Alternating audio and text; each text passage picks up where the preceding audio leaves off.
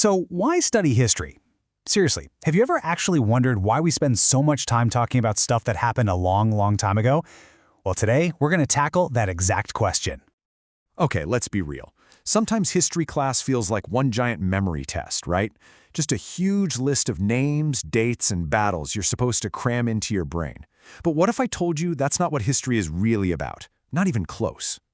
That's right, you heard me. Think of every event in the past like a giant sprawling crime scene. Something happened, and it left clues behind. Studying history isn't about memorizing the official police report.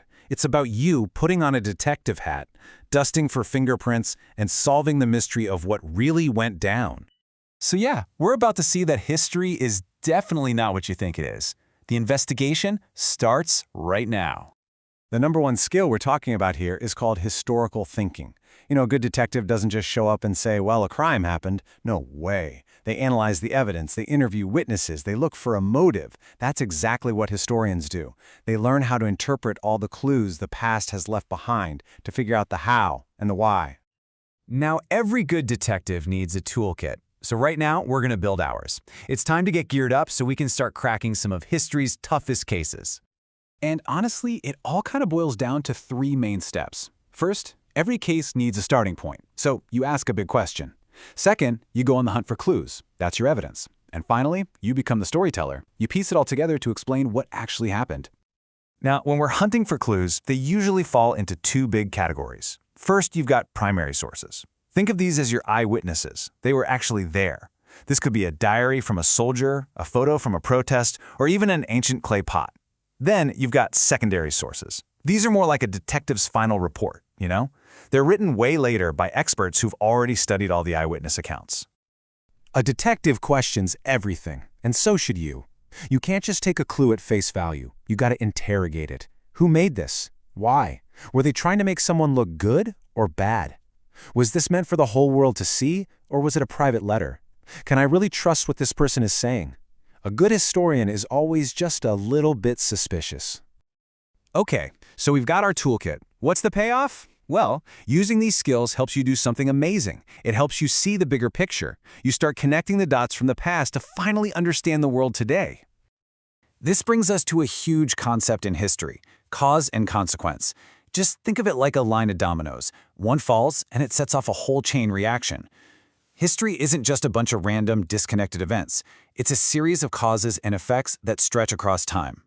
Let's look at a real-life example. To get why Japan attacked Pearl Harbor in 1941, you can't just start there. That's like walking into a movie right at the end. You gotta rewind. You see how a desire for an empire leads to invasions, which then leads the US to cut off their oil supply, which finally leads to the attack. It's all one long connected story, a chain reaction. And that's the crucial point. Learning to think like a history detective basically gives you a superpower. It lets you look at the world today, the news, the conflicts, how our society works, and actually understand the long chain of events that led us right here. But you know, understanding the big, wide world out there is really only half of it. History also helps you find your own story. It helps you understand the world inside you. I just love this quote. It's saying that knowing history is the key to knowing yourself. It helps you find your own "You Are Here" sticker on the giant map of human history. And that's because history isn't just the story of kings and presidents. It's the story of farmers and factory workers and nurses and explorers. It's about people just like you and me. Your family has a history. Your town has a history. And those stories, they're a huge part of the big picture, and they absolutely matter. And when you realize that, you see how your story connects you to everyone who has ever lived. It helps you get that we all share this incredible, messy, and amazing human experience. So you're becoming a history detective. You're seeing the big picture and you're finding your own story. But there's one last really important piece to this puzzle. It's about how to deal with the messy, human part of the past. Check out this cartoon. It's about a real event in South Africa, and it shows it as this crazy, complicated machine. You can see how certain figures go on one side, and angels are supposed to come out the other, but the whole thing looks like it's about to fall apart. The artist is making a really powerful point. Trying to fix the problems of the past is never simple or clean. And that's the truth. History is messy. It's full of people who aren't all good or all bad.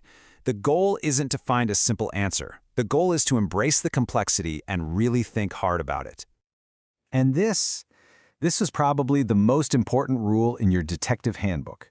Your job is to understand why people in the past made the choices they did. What was their world like? What were they afraid of? What did they believe? That's understanding. But, and listen close, this is critical, understanding why someone did something is not the same as saying it was right. We can understand the causes of horrible things without ever justifying or excusing them. So, see? History isn't just about the past. It's a way of thinking. It's a toolkit for understanding the world and your own place in it. You are the detective now. The past is your crime scene. The clues are everywhere.